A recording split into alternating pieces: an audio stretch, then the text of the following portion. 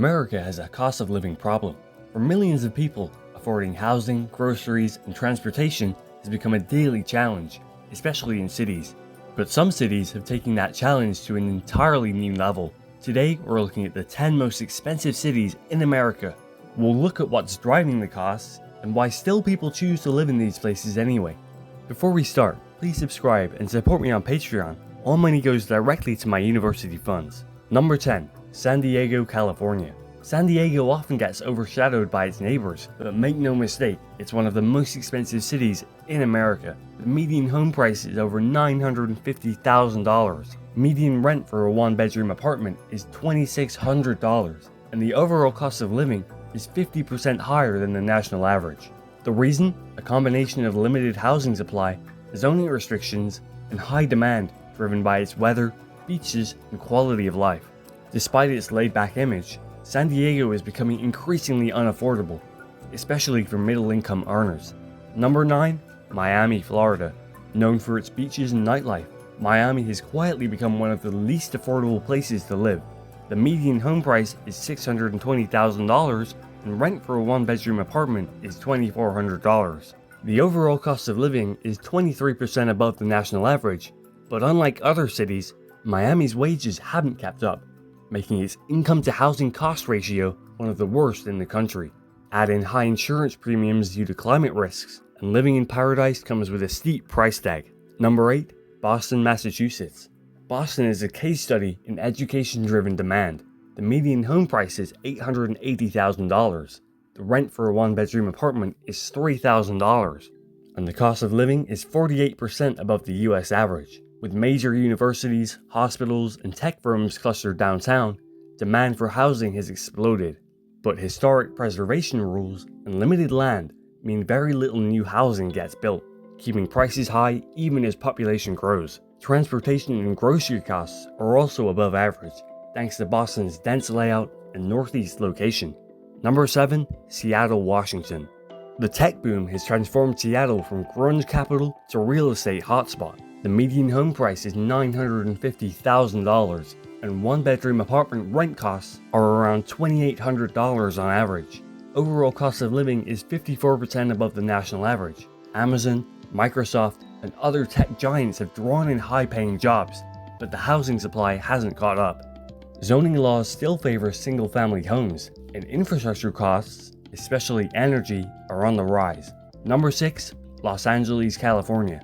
LA has long been associated with glamour and sprawl, but now it's also a symbol of unaffordability. The median home price is $1 million, and one-bedroom apartment rent is $2,700. The overall cost of living is 51% above the US average. LA's huge footprint makes car ownership necessary, adding to the cost of living. Fuel prices, insurance, and commuting times all push expenses higher, and at the same time, low-density zoning and geographic constraints limit housing supply, even as demand remains sky-high. Number 5.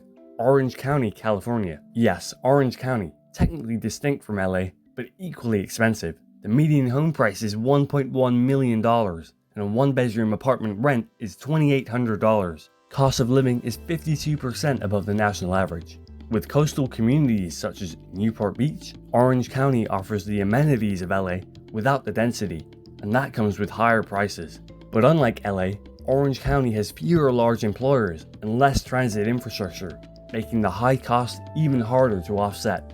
Number 4. Washington, D.C. The nation's capital is expensive, and not just in politics. The median home price is $720,000, and the cost of living is 60% above average. DC has seen massive population growth in the last few decades, especially among young professionals. With limited space, high demand, and a robust white-collar economy, prices have soared. And it's not just housing. Transportation, dining, and healthcare in DC all rank among the most expensive in the US. Number 3. San Jose, California. Welcome to Silicon Valley.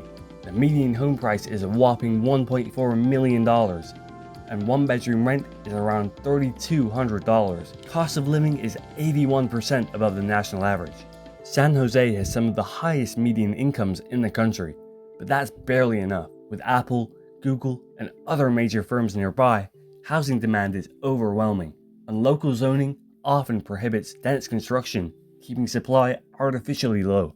Even groceries and utilities are notably higher here, creating an environment where only the ultra-high earners thrive. If you're enjoying the video so far, please subscribe and support me on Patreon. Link in the description. Number 2. San Francisco, California.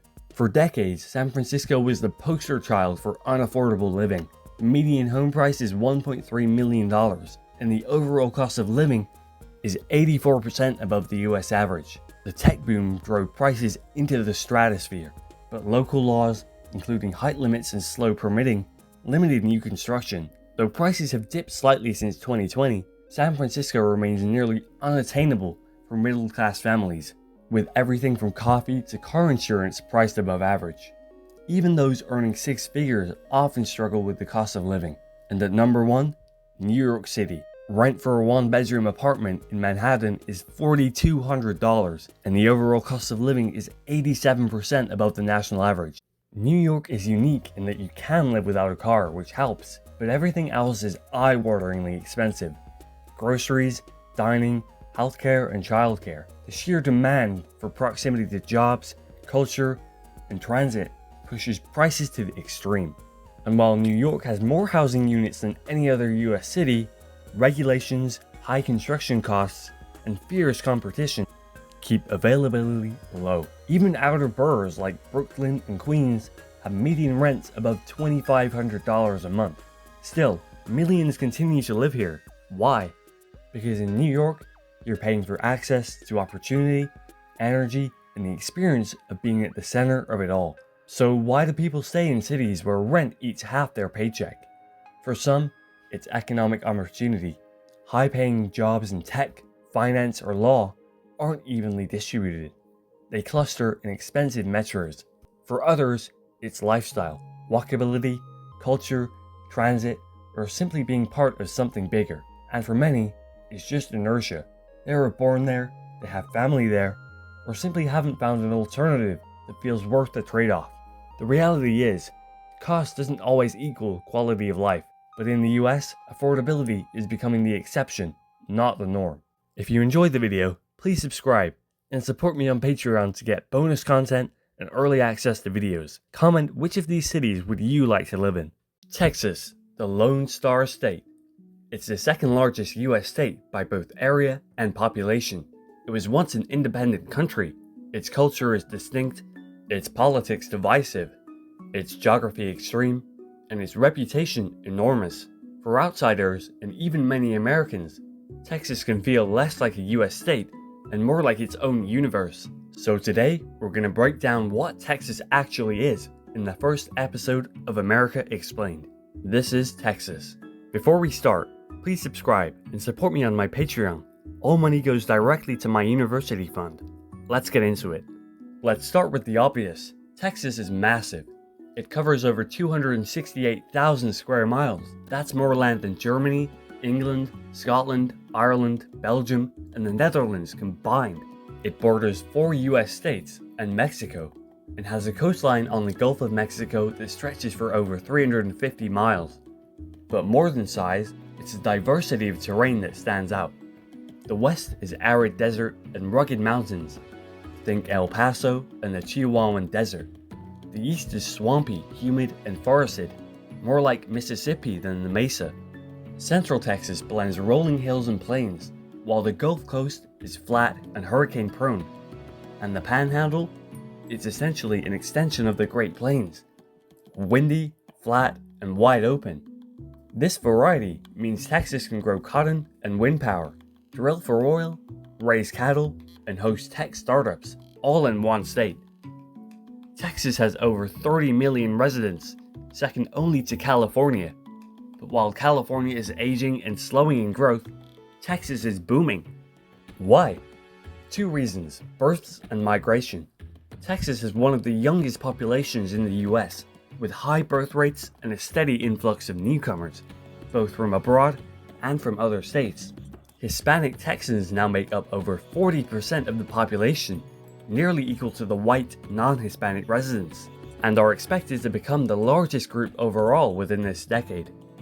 The black population is significant. particularly in East Texan cities such as Houston and Dallas. There's also a growing Asian American community, especially in the suburbs around Austin and Dallas. In short, Texas is big, and it's becoming more diverse, more urban, and more complex than the cowboy stereotype implies. While many still associate Texas with wide open spaces, it's actually an urban state. Over 85% of Texans live in metropolitan areas, and 4 of the nation's 11 largest cities are here. Dallas-Fort Worth is the largest metro area, with over 8 million people. It's a booming business and logistics center with a unique double-city structure. It's also increasingly important in finance and tech. Close behind is Houston, with 7.8 million people. It's a sprawling, humid megacity that's simultaneously an oil capital, space hub, and one of the most diverse cities in the country. San Antonio is more historic, home to the Alamo, and leans heavily on tourism and military spending. Austin, the state capital, is a blue dot in a red state, and has exploded in population thanks to the tech industry. Companies like Tesla, Apple, and Google have all expanded operations there, making it kind of a Silicon Valley South. Even El Paso, far from Texas's power centers, is a critical border city, binational, bilingual, and strategically important. Texas's cities are growing fast, and their needs, politics, and economies increasingly shape the state's identity. If you're enjoying the video so far, please like and subscribe, and support me on my Patreon. Link in the description. Texas doesn't have one climate, it has all of them. Summers in Houston, hot and humid, often over 100 degrees Fahrenheit, with sweltering air. Winters in Amarillo, snowstorms, wind chill, and freezing temperatures are common. Meanwhile, South Texas can go years without a frost. This variability creates problems, especially for infrastructure. The February 2021 freeze revealed major flaws in the state's isolated energy grid, which, unlike other states, isn't fully connected to the national system. Millions lost power and water, not due to a lack of generation capacity, but due to under-insulated equipment and deregulated planning. Texas also faces hurricanes on the Gulf Coast, droughts in the west, and flash floods in central areas. In short, Texas is resilient, but increasingly vulnerable to climate extremes. Texas's identity is deeply tied to its unique history. First inhabited by indigenous peoples like the Caddo and Comanche, Texas later passed through Spanish, Mexican, independent, and US control, in that order. In 1836, after a rebellion against Mexico, Texas became an independent republic. It joined the US in 1845, but with a unique clause. It technically retained the right to divide into 5 separate states, though it never did. Texas seceded during the Civil War, rejoined afterward, and then entered the 20th century with a booming cattle and cotton economy, followed by oil. The 1901 discovery at Spindletop launched a petroleum era that defined the state economically and politically. Even today, there's a deep and sometimes theatrical sense of independence. You still see Republic of Texas flags, succession jokes, and a culture of pride that's outsized, sometimes to a fault. Texas has the 2nd largest economy of any US state, and the 9th largest in the world, ahead of countries like Brazil and Canada. Oil and gas remain foundational. Texas produces more crude oil than any other US state by a wide margin. But that's only part of the story. Wind power, agriculture, it's a top producer of cattle, cotton, and corn. Aerospace and defense, thanks to NASA, military bases, and Boeing contracts. And technology, especially in Austin, Dallas, and increasingly Houston. The state's low taxes, low regulation, and business-friendly climate attract both praise and criticism, but they've undeniably drawn in corporate investment. However, this growth isn't evenly distributed. Rural areas, particularly in West and South Texas, face stagnation and poverty, and income inequality is rising. Texas is often labeled a Republican stronghold, and historically, that's true. It's voted Republican in every presidential election since 1980. Its state legislature and governor's office are firmly GOP controlled. But beneath that headline is a more complicated map. Urban areas, Austin, Houston, Dallas, San Antonio, and El Paso lean heavily Democratic. Suburbs are shifting. Once reliably red, they've become battlegrounds, particularly around Dallas and Houston. Rural areas remain staunchly conservative. Immigration, education, guns, and abortion remain defining political issues here, often more sharply and polarized than anywhere else in the US. And Texas's growing diversity, combined with rapid urbanization, means that future elections may look very different from the past. Texas's culture is exported globally through country music, barbecue, rodeos, and cowboy iconography. But the real culture is broader and more diverse. Mexican American culture is foundational, influencing everything from language to food to architecture.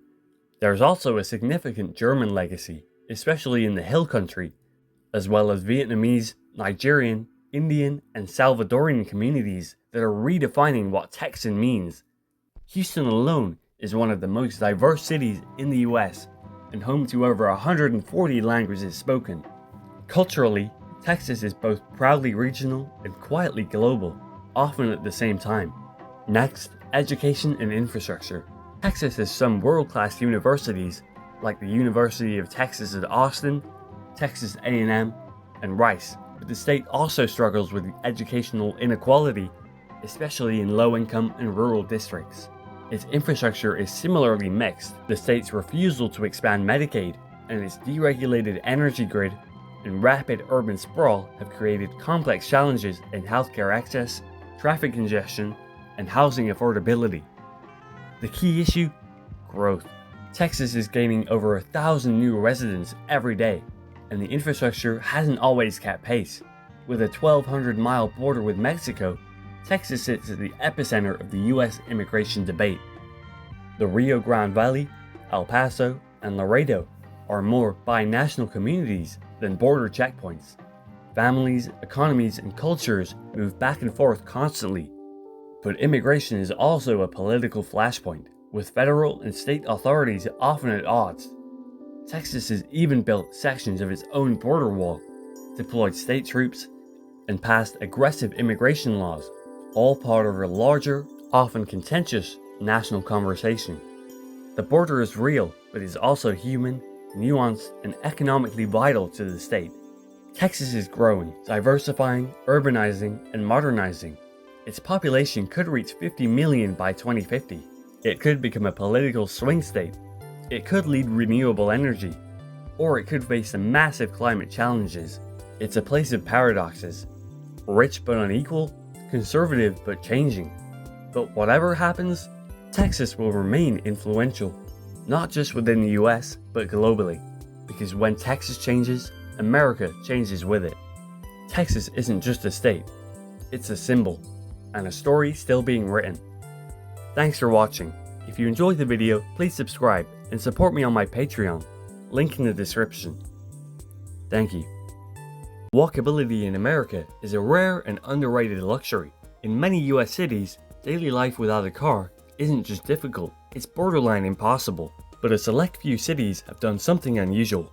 They've built or maintained neighborhoods where you can live, work, shop, and socialize all within walking distance. The catch? Most walkable places in the US, think Manhattan or San Francisco, also happen to be some of the most expensive. So today, we're counting down the 10 most walkable cities in America that won't bankrupt you. Before we start, please subscribe and support me on my Patreon. All money goes directly to my university funds. Back to the video. Number 10. Pittsburgh. Pittsburgh is one of the rare Rust Belt cities that's completely reinvented itself. Its downtown core, Shadyside, Lawrenceville, and Southside neighborhoods are highly walkable, with dense housing, accessible transit, and mixed-use development. According to WalkScore, Pittsburgh scores a walkability rating of 63, putting it in the somewhat walkable range, but neighborhoods like the Strip District push it into the 80s. And cost-wise, the median rent for a one-bedroom apartment is around $1,200, and home prices are well below national averages. Plus, public transit is relatively robust, including a light rail system and extensive bus routes. If you want an affordable East Coast style experience without East Coast prices, Pittsburgh fits. Number 9. Buffalo, New York. Buffalo is cold and that's partly why it's affordable. But underneath the snow is a surprisingly walkable and livable city. The Elmwood Village and Allentown neighborhoods are highly walkable, with compact streets, historic homes, and a strong sense of local identity. With a walk score of 67, Buffalo edges into the top tier of mid-sized walkable cities, and unlike many of its New York counterparts, it hasn't experienced runaway gentrification. Median rent for a one-bedroom apartment is under $1,100, and home prices average below $250,000. Buffalo also has a light rail downtown and is investing in bike lanes and complete streets programs. Number 8. Richmond, Virginia. Richmond combines historic charm with increasingly modern infrastructure. Neighborhoods like the Fan, Carytown, and Church Hill are some of the most walkable in the South, filled with corner stores, local restaurants, and public parks. With a walk score of 63, Richmond sits in the middle nationally, but its urban grid and relative density make it feel more walkable than the numbers suggest, especially in core neighborhoods. Rent averages around $1,300 for a one-bedroom, and housing remains accessible to many middle-income residents. Public buses are decent, and bike and pedestrian investments are increasing rapidly. If you're enjoying the video so far, please subscribe and support me on my Patreon, link in the description. Number 7. Milwaukee, Wisconsin. Milwaukee is often overlooked, but it's one of the most affordable walkable cities in the Midwest. Downtown, the 3rd Ward and East Side neighborhoods offer high walkability, scoring 80+ on work score in some areas. Grocery stores, transit, nightlife, and parks are all within walking distance. With a citywide walk score of 62, Milwaukee doesn't break records, but its design, affordability, and transit options make car-free life very doable. The average rent is just $1,100, and the city has been adding protected bike lanes, pedestrianized plazas, and expanding bus rapid transit routes. It's urban, affordable, and improving fast. Number 6. Providence, Rhode Island. Providence punches far above its weight, with just under 200,000 people. It's compact, dense, and designed for pedestrians, a legacy of its colonial layout and college town vibe. Federal Hill, Fox Point, and downtown Providence offer walkability scores in the 80s and 90s, while the city overall earns a walk score of 76, one of the highest for mid-sized US cities. Public transit includes commuter rail to Boston, buses, and pedestrian bridges connecting major districts. Rent is creeping upwards, but the average is still under $1,500, and cost of living remains manageable compared to nearby Boston or New York. Number 5. Minneapolis, Minnesota.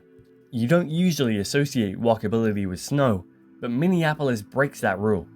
With a walk score of 71, the city is genuinely pedestrian friendly, particularly in Uptown, North Loop, and downtown. It has an extensive skyway system, indoor pedestrian bridges that make year-round walking realistic. Add in light rail, dedicated bus lanes, and more than 100 miles of protected bike paths, Minneapolis becomes a multimodal powerhouse. Median rent is around $1,300, and home prices are stable. With strong public investment and progressive zoning, it's becoming more affordable and more walkable at the same time. Number 4. St. Louis, Missouri. Despite its reputation for crime and urban decay, the city retains a highly walkable core, especially in neighborhoods like the Central West End, Soulard, and downtown.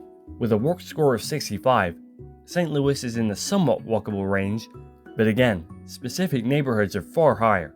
It also has a light rail system known as Metrolink and an ambitious transit-oriented development plan.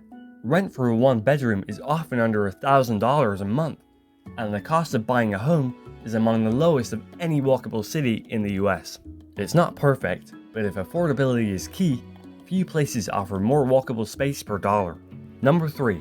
Portland, Oregon. Portland isn't as cheap as it used to be, but compared to Seattle or San Francisco, it's still relatively affordable and remains one of the most walkable cities in the West. With a walk score of 76, Portland's inner neighborhoods like Pearl District, Hawthorne, and Mississippi Avenue are urban villages full of local shops, transit, and dense housing. Rent is higher, around $1,800 for a one-bedroom, but Portland's extensive light rail and bus network, protected bike lanes, and pedestrian-first policies make living car-free entirely possible. If you can handle the rain, Portland's walkability lifestyle is one of the most complete on the West Coast. Number 2.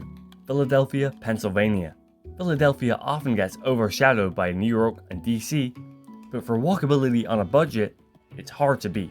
With a walk score of 75, the city is tightly packed with dense row houses, corner stores, and some of the most walkable historic districts in the county, especially in Center City, Fishtown, and University City. Public transit is robust, with buses, trolleys, subways, and regional rail. Rents are lower than many coastal peers, with a median one-bedroom rent of around $1,600, and buying a home remains surprisingly affordable in many neighborhoods. If you want East Coast urbanism without New York prices, Philadelphia is the answer. Before number 1, here are some honorable mentions. Albany, New York, Salt Lake City, Utah, with growing walkability downtown and decent affordability, and Raleigh, North Carolina, a bit suburban, but downtown is improving rapidly. And at number 1, New Orleans, Louisiana. At the top of the list is New Orleans. It tops the list for real practical walkability on a budget. The city's grid layout, streetcar system, and compact neighborhoods make it surprisingly easy to live without a car, particularly in the French Quarter, Bywater, and Garden District. New Orleans earns a walk score of 58, lower than others on the list, but in key neighborhoods, walkability shoots into the 90s. Rents remain affordable, around $1,300 for a one-bedroom apartment, and housing costs are low relative to other cultural cities. Throw in good transit, rich community life, and pedestrian culture, and you have America's most walkable, affordable city, with character to spare. Walkability in America is still the exception, not the norm. But the cities on this list prove that it's possible to live without a car and without breaking the bank. It takes the right mix of density, transit, infrastructure, and increasingly policy. Thanks for watching. Comment, would you live in any of these cities? And support me on Patreon. Link in the description. Thanks a lot. America has hundreds of cities, each with its own culture, economy, and challenges. And while many are safe, vibrant places to live, others consistently rank among the most dangerous to live in the country. So today, we're counting down the 10 most dangerous cities to live in America, based on violent crime rates per capita, and exploring what made them that way. Before we start, please subscribe and support me on my Patreon. All money goes directly to my university funds. At number 10, Cleveland, Ohio. Cleveland has a violent crime rate of over 1,600 incidents per 100,000 people, nearly 4 times the national average. This includes homicides, assaults, and robberies, many of which are concentrated in a few high-poverty neighborhoods. Once a booming steel and manufacturing hub, Cleveland lost over half its population since 1950. Deindustrialization gutted jobs, tax bases, and housing values, creating a vacuum where crime could thrive. Cleveland is dangerous because of decades of economic decline, urban abandonment, and high inequality. At number 9, Stockton, California. Stockton, in California's Central Valley, has long struggled with violent crime. With a violent crime rate of 1,400 incidents per 100,000 residents, it regularly lands on national watch lists. Gang violence, homicides, and drug-related crimes are persistent challenges. In 2012, Stockton became the largest US city to declare bankruptcy. Years of underinvestment in police, schools, and youth programs left it vulnerable. Stockton is dangerous due to economic mismanagement, high unemployment, and limited support systems for at-risk communities. At number 8, Little Rock, Arkansas. With a violent crime rate of 1420 per 100,000 people, it's one of the most dangerous mid-sized cities in the country. Gun violence is the main issue. In certain neighborhoods, shootings are a weekly occurrence. Little Rock also has a poverty rate near 20% and some of the highest rates of educational inequality in the region. Little Rock is dangerous due to a combination of rural poverty, urban sprawl, and a strained criminal justice system, contributing to Little Rock's persistent violence. At number 7, New Orleans. This city has a violent crime rate of around 1,500 per 100,000, driven largely by gun violence and homicide. In 2022, New Orleans had one of the highest murder rates per capita in the US. After Hurricane Katrina in 2005, Many areas were never fully rebuilt. Generational poverty and systematic racial inequality remain entrenched. New Orleans is dangerous due to a mix of poor public services, inequality, and post-disaster instability. If you're enjoying the video so far, please subscribe and support me on Patreon. Thanks a lot. Coming in at number 6 is Memphis, Tennessee.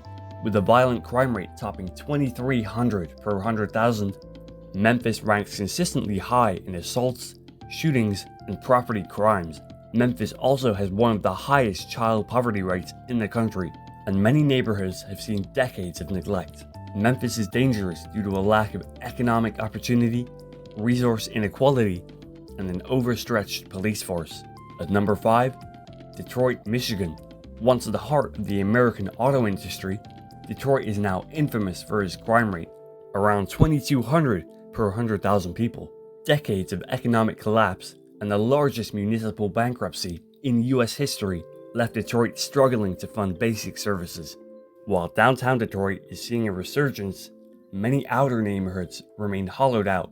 Detroit's high crime rate stems from decades of disinvestment, job loss, and institutional collapse. At number 4 is Baltimore. With a violent crime rate of about 2,400 per 100,000 people, Baltimore consistently ranks among the most dangerous cities in America. Tensions between police and residents are high, particularly after incidents of police misconduct. Like other cities on the list, Baltimore has wealth concentrated in some areas and extreme poverty in others, often just blocks apart. Baltimore is dangerous due to racial and economic segregation, deep mistrust in institutions, and entrenched poverty. At number 3 is St. Louis, Missouri. St. Louis frequently tops the charts for homicide rates. With over 2,400 violent crimes per 100,000 residents, the city is deeply divided by race and income, due in part to decades of redlining and discriminatory policy. Nearby suburbs like Ferguson have also seen national attention for police violence and social unrest. St. Louis is dangerous because of historic segregation, lack of opportunity, and high rates of gun ownership. Number 2 is Birmingham, Alabama. The city's violent crime rate is over 1,900 per 100,000 people, and it ranks especially high in murders and aggravated assaults. Birmingham faces a lack of public investment, poor educational access, and some of the highest poverty rates in the US. It's dangerous due to generational poverty, low state support, and deep systematic inequality in the Deep South. At number 1, Monroe, Louisiana. Monroe may be a small city, but it currently holds the highest violent crime rate per capita in the US, over 3,000 incidents per 100,000 people. What makes Monroe particularly striking is its scale. The problems of a big city in a small town frame, lack of job opportunities, poor education, and under-resourced law enforcement all feed the cycle. Monroe is dangerous due to rural isolation, deep poverty, and little outside attention. So what do all these cities have in common? They're not just dangerous because of bad people or poor policing.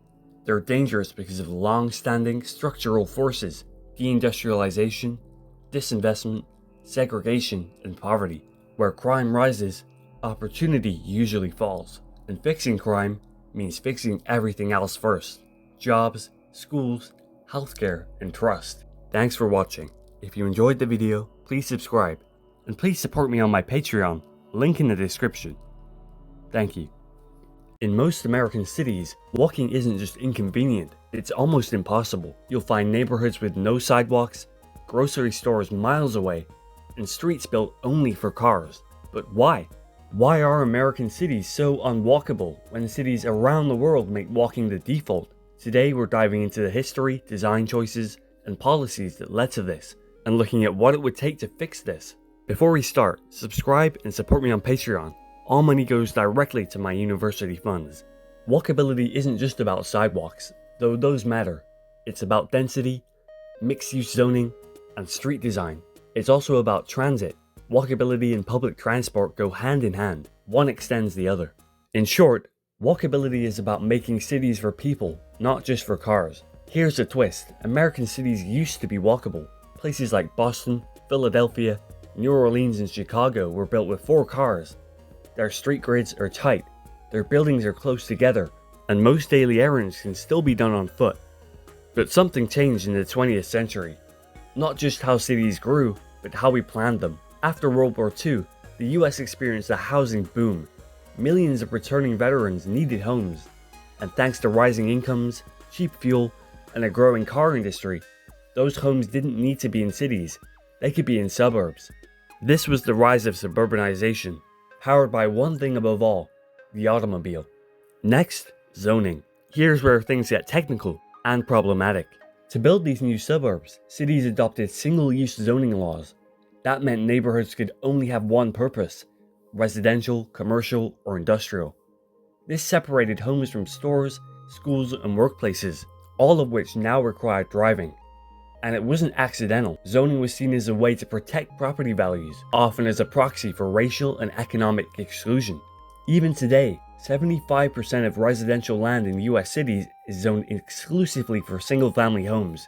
That means you legally can't build an apartment, shop, or corner cafe, even if it would be walkable. Compare that to European or Japanese cities where buildings often mix retail, housing, and offices, making walking the default, not the exception. As suburban growth exploded, so did the roads. In the 1950s, the US built the Interstate Highway System, a visionary project for national transport, but devastating for urban walkability. Entire neighborhoods were bulldozed to make room for highways, often cutting minority communities in half. Meanwhile, city planners adopted the logic of car-first design: wide roads, huge intersections, and parking lots on every corner. For example, Houston has more than 30 parking spaces per resident. That's not a typo. And all that space has to go somewhere, which means less room for homes, shops, and sidewalks. Today, the average American city dedicates more land to cars than to people. Let's look at some examples. Phoenix, Arizona is one of the fastest growing cities in the US, but also one of the least walkable. Suburbs stretch for miles, transit is minimal, and 100-degree summers make long walks dangerous. Jacksonville, Florida is a city with one of the largest land areas in the country.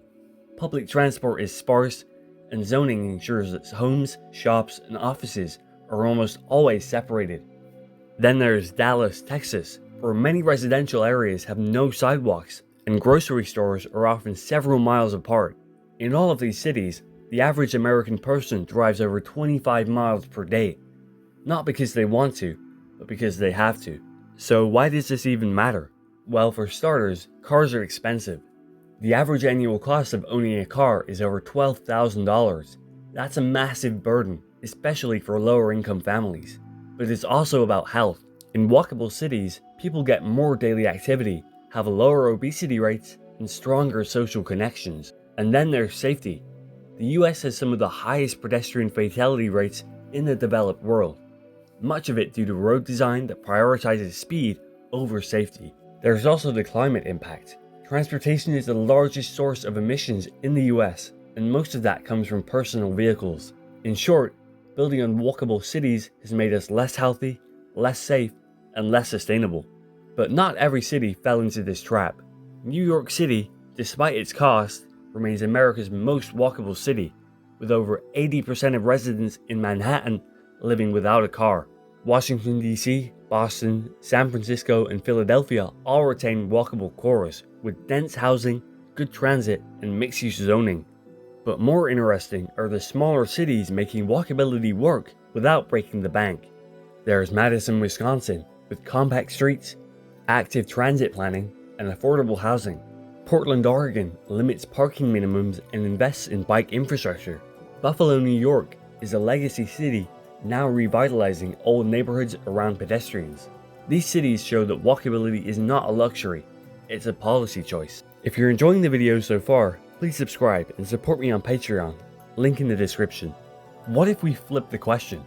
Instead of asking why is walkability so hard, we ask what is car dependence costing us? A 2023 study estimated that Americans spend over $1.3 trillion annually on car ownership, from fuel to insurance to maintenance. That's more than the GDP of Spain. And at the city level, infrastructure for cars is expensive too. Maintaining roads, highways, traffic signals, and parking structures adds billions to public budgets. So while walkable cities require investment, sidewalks, transit, zoning reform, they also save money in the long run. The good news is change is happening. In places like California, Oregon, and Minneapolis, zoning laws are being rewritten to allow for duplexes, triplexes, and small apartments to form in formerly single-family zones.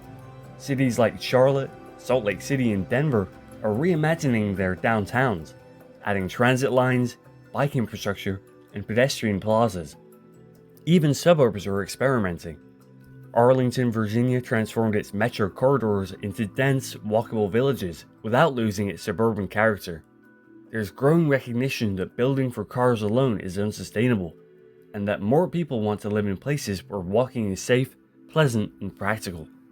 So what would it take to make American cities walkable again? Zoning reform, transit investment with frequent, reliable buses and trains, street redesign, narrower roads, slower speeds, and wider sidewalks, parking policy, reducing or removing minimums that inflate housing costs, and community planning, listening to residents about what actually works. It's not about turning every city into Manhattan, it's about giving people options. Options to live near work, to walk their kids to school, to age in a place without a car, and to enjoy public life. Not from behind a windshield, but on their own 2 feet. Thanks for watching. If you enjoyed the video, please subscribe and support me on Patreon, link in the description. And comment, what is your city doing to become more walkable? California is expensive, with sky-high housing prices, high taxes, and a cost of living that's often 30 to 50% above the US average. It's no surprise that many assume affordability in California is a contradiction in terms, but that's not entirely true, because while coastal cities like San Francisco, San Jose, and Santa Monica routinely rank among the most expensive in the world, there are places hidden in valleys, deserts, and inland communities where life is significantly more affordable. So today, we're looking at the 10 cheapest places to live in California. Before we start, please subscribe and support me on my Patreon. All money goes directly to my university funds. Number 10. Eureka. We start off in the far north coast of California, in Eureka. Located in Humboldt County, Eureka is best known for its Victorian architecture, redwood forests, and rugged coastline. It's also relatively isolated, 5 hours from San Francisco, with no major interstate connection. But that isolation has its benefits. The median home price is around $350,000, far below the state average. Rent is low, utilities are manageable, and public services are decent, all while you live just minutes from some of the most dramatic natural beauty in the US. The downside, limited job markets, especially outside government and healthcare. But if remote work is an option, Eureka is a coastal California bargain. Number 9. Bakersfield. Head inland and south, and you'll find Bakersfield, a city of about 400,000 in Kern County. The city sits in the southern Central Valley, surrounded by agriculture and oil fields. It's not glamorous, but it's practical. Median home prices hover around $375,000, and basic goods and services are consistently 10 to 20% cheaper than in nearby Los Angeles. It also has a growing healthcare sector, a major logistics industry, and is a common base for those who want access to SoCal without paying LA prices. Yes, summers are brutally hot, and air quality isn't great, but if you want space, affordability, and a decent job market, Bakersfield delivers. If you're enjoying the video so far, please subscribe and support me on Patreon. Thanks a lot. Number 8. Redlands. Located about halfway between LA and Palm Springs, Redlands is one of the more surprising entries on this list. It combines suburban calm, a walkable downtown, and access to mountainous trails, all while maintaining a cost of living about 20% lower than Los Angeles. Housing is pricier than rural areas, about $475,000 median, but far cheaper than California's urban centers. But with the University of Redlands and several hospitals in town, the employment base is stronger than you'd expect for a city of 75,000. Inland Empire communities like Redlands offer a rare balance, not too far from LA, but far enough to stay affordable. Number 7. Yuba City. Yuba City is about 40 miles north of Sacramento, a small metro with farming roots and surprisingly low costs. The median home price is under $375,000, The average rent is roughly $1,200 a month, among the lowest in the state for a city of its size. Healthcare costs are below average, groceries are reasonable, and there's a growing number of hybrid workers relocating from the Bay Area to Yuba for space and affordability. It's not a nightlife capital, and summers get hot, but for families or retirees on a budget, Yuba City is a practical, affordable inland choice. Number 6. Chico. Chico, home to California State University, is a classic college town, but also a relatively cheap one. The cost of living is roughly 15% below the state average. Housing hovers in the low 400,000s, and rental prices are manageable, especially for students and young professionals. The city offers walkability, cultural events, and access to Bidwell Park, one of the largest urban parks in the US. Plus, as more Bay Area workers go remote, towns like Chico are seeing renewed interest, for good reason. It's one of the few places in California where quality of life doesn't come with a six-figure price tag. Number 5. Redding. Further north, we hit Redding, a city known for its outdoorsy vibe, proximity to Shasta Lake, and dry, warm climate. Redding's median home price is around $375,000, and its total cost of living is nearly 25% lower than the California average. It offers an international airport, modern healthcare facilities, and ample space, all while being surrounded by mountains and rivers. Job opportunities are more limited, and summers can hit 110 degrees Fahrenheit. But if nature and affordability matter more than urban amenities, Redding is a compelling option. Number 4. Fresno. Fresno is California's 5th largest city, but one of its most affordable.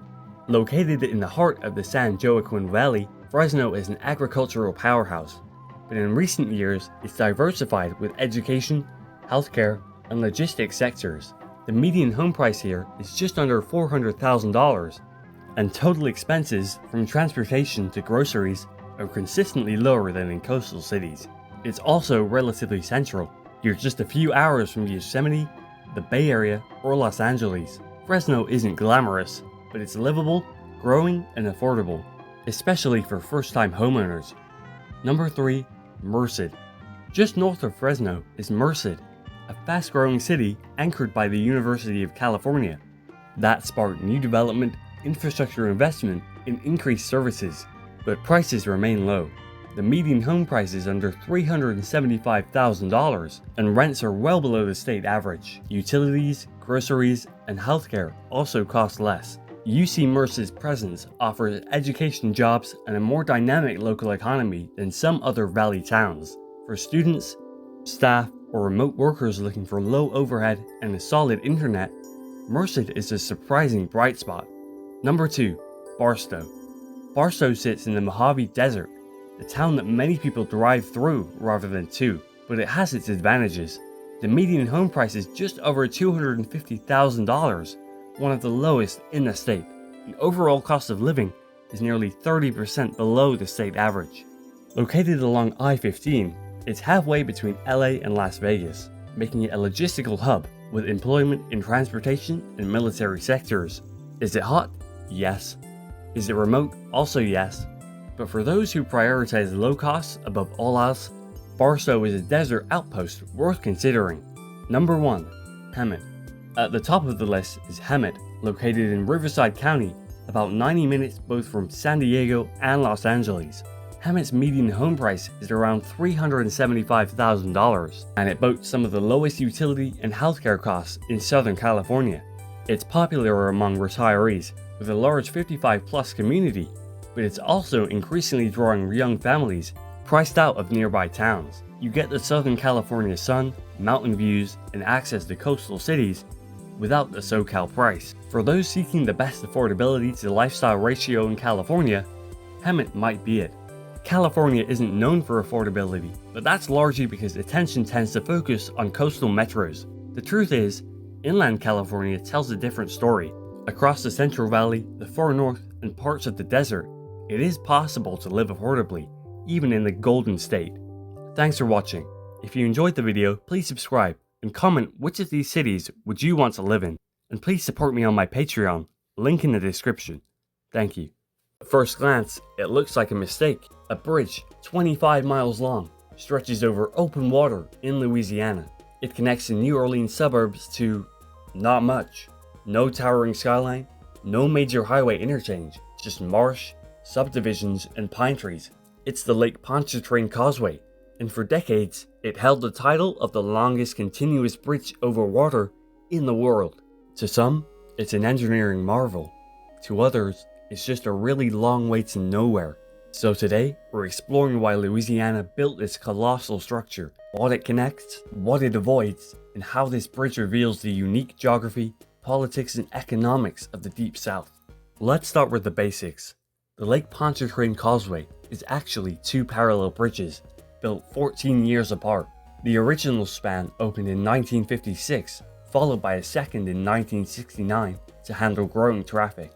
Each bridge is around 24 miles long, stretching across Lake Pontchartrain, the massive brackish lake that hugs New Orleans to the north. The bridge connects New Orleans with Mandeville, a small city on the lake's northern shore. From above, the causeway seems absurdly long. So long, in fact, that drivers report seeing nothing but water for 8 to 10 miles at a time. There's a call box every mile, emergency turnarounds, and safety patrol that runs 24/7. But still, why build a 25-mile bridge to reach a forest?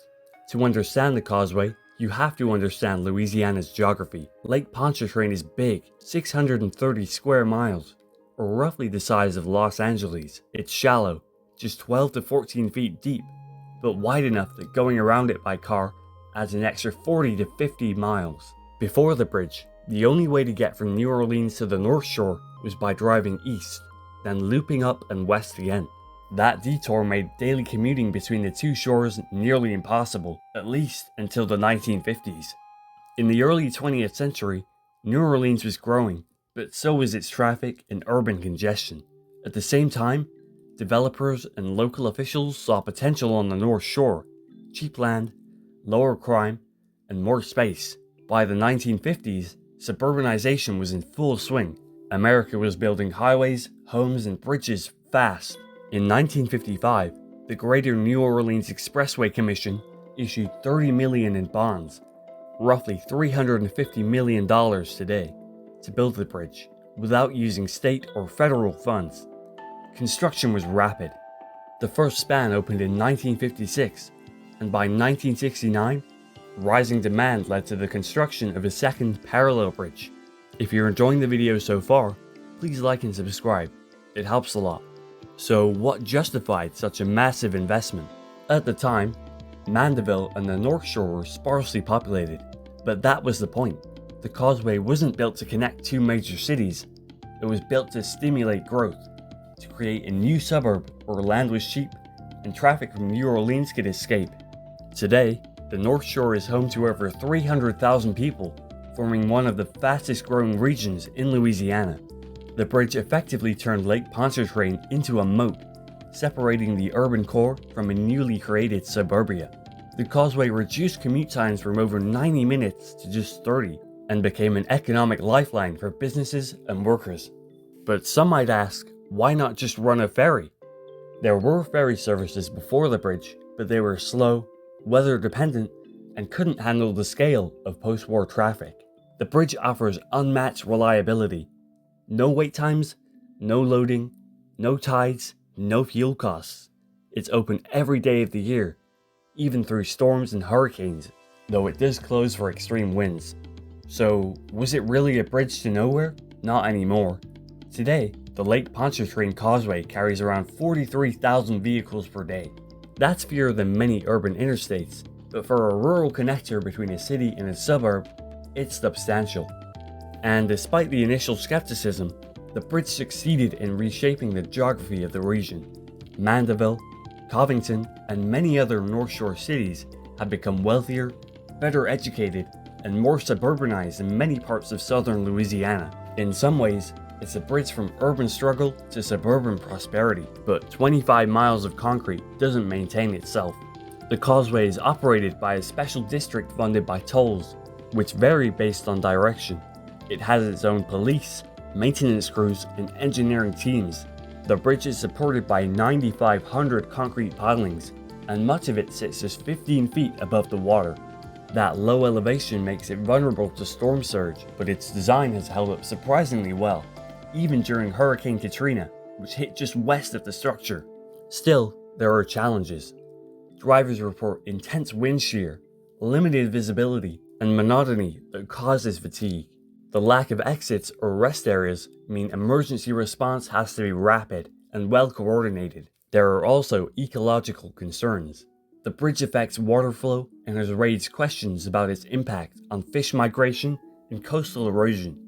And with newer bridges like China's Hong Kong to Macau link breaking records, the Pontchartrain Causeway no longer holds the global title, but it remains the longest continuous bridge over water in the US, a title it's held for nearly 70 years. In the end, the causeway is more than a bridge. It's a symbol of American optimism, post-war expansion, and the belief that infrastructure can shape destiny. It shows what happens when a state invests, not just in solving problems, but in creating possibilities. It wasn't just about getting from A to B. It wasn't just about building B, about turning nothing into something. Today, we talk a lot about infrastructure decay, underfunded transit, and aging roads. But the Lake Pontchartrain Causeway is a reminder that visionary projects are still possible, even in unlikely places. And while some still joke that it's a bridge to nowhere, the truth is, it's a bridge that turned nowhere into somewhere. So the next time you drive across a long, straight bridge surrounded by water, horizon, and nothing else, remember, behind every project like this is a story of geography, politics, and engineering. The Lake Pontchartrain Causeway isn't just a bridge, it's a blueprint for how America once built the future, and maybe could again. Thanks for watching. If you enjoyed the video, please subscribe, and comment your opinions on the Lake Pontchartrain Bridge. When Americans move to Europe, whether for work, study, or just the experience, it's rarely the museums or castles that shock them the most. Instead, it's the everyday details, the seemingly minor differences in how life is lived, governed, and structured, because while both places share Western values, in practice, they diverge a lot. So today, we're diving into 10 shocking realizations Americans have after living in Europe. Please subscribe and support me on my Patreon. All money goes directly to my university funds. Number 1. Healthcare isn't a nightmare. One of the first and most jarring realizations Americans have is that healthcare just works. You get sick, you go to the doctor, and you leave without worrying about how many thousands of dollars the visit will cost. In most of Europe, there is no surprise bill, no out-of-network panic, no arguing with insurance over a routine scan. Even if the system isn't perfect, wait times and bureaucracy exist. It's astonishing to Americans that the financial ruin element of healthcare is simply absent. Number 2. People actually use public transit. In the US, public transit is often associated with major cities or not used at all. But in Europe, it's not unusual to take a train across borders faster than some Americans can get to their own state capital. Buses and metros are clean, reliable, and integrated. Europeans trust public infrastructure, while many Americans default to cars because they have to. In Europe, it's entirely normal not to own a car. That realization alone reshapes how Americans see mobility and urban planning. Number 3. Vacation time is a human right. In the US, 2 weeks of vacation is considered generous. In Europe, that would barely be tolerated. EU law mandates at least 4 weeks of paid vacation, and in many countries, 5 or 6 is standard. But it's not just the quantity, it's the culture around it. In Europe, you're expected to disconnect. Emails go unanswered, phones stay off, and no one thinks you're lazy for it. It's a stark contrast to the US, where hustle culture often keeps people working through their holidays. Number 4. Your apartment doesn't come with a kitchen. Here's one few Americans see coming. In many European countries, when you rent an apartment, it might not come with a kitchen. No oven, no counters, sometimes not even a sink, because kitchens are often considered furniture, and furniture moves with the tenant. So Americans accustomed to turnkey rentals are suddenly navigating IKEA, trying to figure out how to install a stove before dinner. If you're enjoying the video so far, please subscribe and support me on Patreon, link in the description. Number 5. Cash is dead or it's everything. Depending on where in Europe you go, you'll find two extremes. In Sweden, cash is nearly extinct. In Germany, it's still king. Americans are used to universal card acceptance and may be surprised when a German bakery insists on exact change. Or conversely, when a tiny Danish food truck takes Apple Pay but looks at you weirdly if you offer cash. Europe doesn't have one financial culture, it has dozens, and navigating them is a cultural experience all of its own. Number 6. Food is surprisingly normal. No, not bland, normal, as in not full of additives, high fructose corn syrup, and strange preservatives. The same products Americans recognize, like Vanna, ketchup, or McDonald's, often taste different. That's because European regulations ban many ingredients allowed in the US. Even basic bread in Europe has a shorter shelf life, but a cleaner ingredient list. For Americans, eating in Europe isn't just about portion sizes. It's about realizing how much the American food industry has normalized the unnatural. Number 7. The past is always present. It's hard to grasp the depth of European history until you're walking on cobblestones older than your country. To Americans, a historic building might date back to the 1800s. In Europe, that's basically modern. It's not unusual to live in a building that predates the Constitution, or have dinner next to Roman ruins. History isn't preserved in museums, it's embedded into daily life. And for many Americans, that changes how they perceive age, legacy, and architecture. Number 8. Sunday is still sacred. In the US, Sunday is just another day. In much of Europe, it's still treated as a day of rest. Shops close, streets go quiet, and people slow down. While secularism is strong across the continent, the tradition of not working on Sunday holds firm, especially in places like Germany, Austria, and Switzerland. For Americans used to 24/7 convenience, it's jarring to find the grocery store closed and no way to do errands. But it also forces something rare: a pause. Number 9. Work-life balance isn't a fantasy. In the US, the 40-hour workweek is often more of a guideline than a rule. In Europe, it's more strictly enforced, and often even shorter. Many European workers leave on time. They're not expected to reply to emails at 10 p.m. And in some countries, such as France, it's illegal for employers to contact staff after hours. It's not that Europeans don't work hard. It's that work isn't assumed to be life's central pillar. And for Americans used to career-first culture, this shift can be both shocking and refreshing. Number 10. Not everyone is obsessed with the US. Perhaps the most humbling realization for many Americans abroad, the US isn't the center of the world. Yes, people know about US politics, celebrities, and tech companies, but they also know far more about their own neighbors, local elections, and regional cultures than most Americans would expect.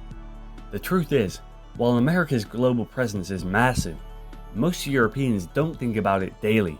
For an American abroad, this can feel disorienting, but it's also a good reminder: the world is bigger than one country. Bonus: the metric system actually makes sense. Here's a bonus realization Americans tend to have after about 3 weeks of conversions and confusion. The metric system isn't just easier, it's better. Everything aligns logically. Water boils at 100 degrees, a kilometer is 1,000 meters, and after the initial learning curve, it's hard to go back. Culture shock doesn't always come from the dramatic. Sometimes it's the accumulation of tiny things: groceries without hormones, towns built for walking, and vacations that are actually taken. Europe isn't perfect, but for Americans living there, these realizations often reshape how they think about systems, priorities, and even their own identity. Because when you see how different life can be, it's hard not to start asking, why isn't it like this back home? Thanks for watching. If you enjoyed the video, please subscribe and support me on Patreon. All money goes directly to my university funds. It helps a lot. Thank you.